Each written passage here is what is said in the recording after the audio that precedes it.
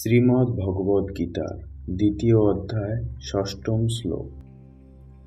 ভগবানের বাণীর এই রকম বিশেষ প্রভাব যে তা ক্রমশ অর্জুনকে প্রভাবিত করছে। ফলে অর্জুন যুদ্ধ না করার সিদ্ধান্তে আরও বেশি সংশয়াকুল হচ্ছে।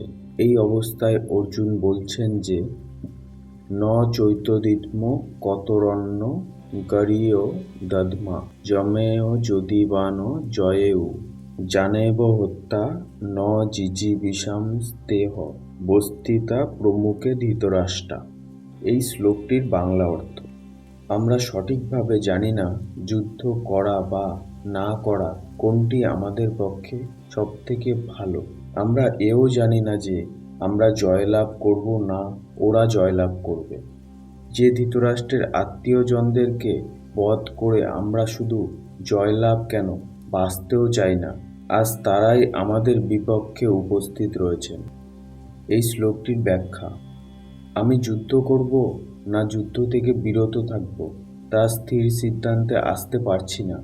কারণ আপনার মতে যুদ্ধ করাই শ্রেষ্ঠ, কিন্তু আমার মতে গুরুজনদের বধ করা পাপ, তাই যুদ্ধ না করাই শ্রেষ্ঠ।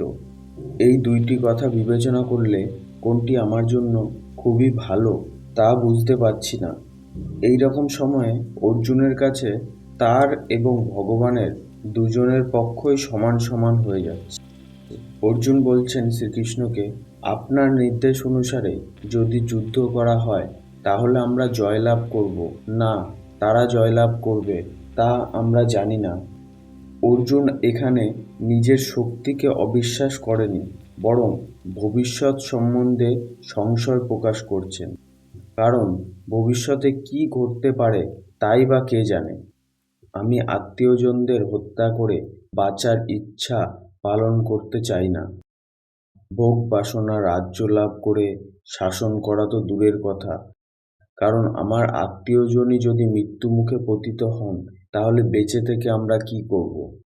নিজের হাতে আত্মীয়জনদের বধ করলে তো তাদের জন্য চিন্তা ও শোক করতে হবে।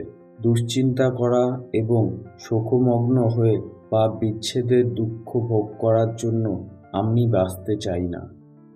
যাদের হত্যা করে আমরা বাঁচতেও চাই না, সেই ধৃতরাষ্ট্রের আত্মীয়গণ আমাদের সামনে উপস্থিত। ধৃতরাষ্ট্রের যারা আত্মীয় তারা তো আমাদেরও আত্মীয়।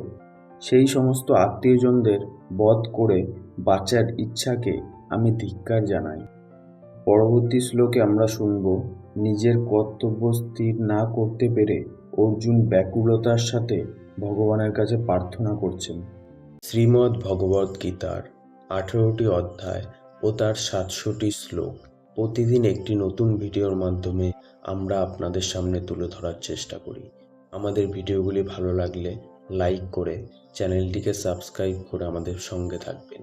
ধন্যবাদ।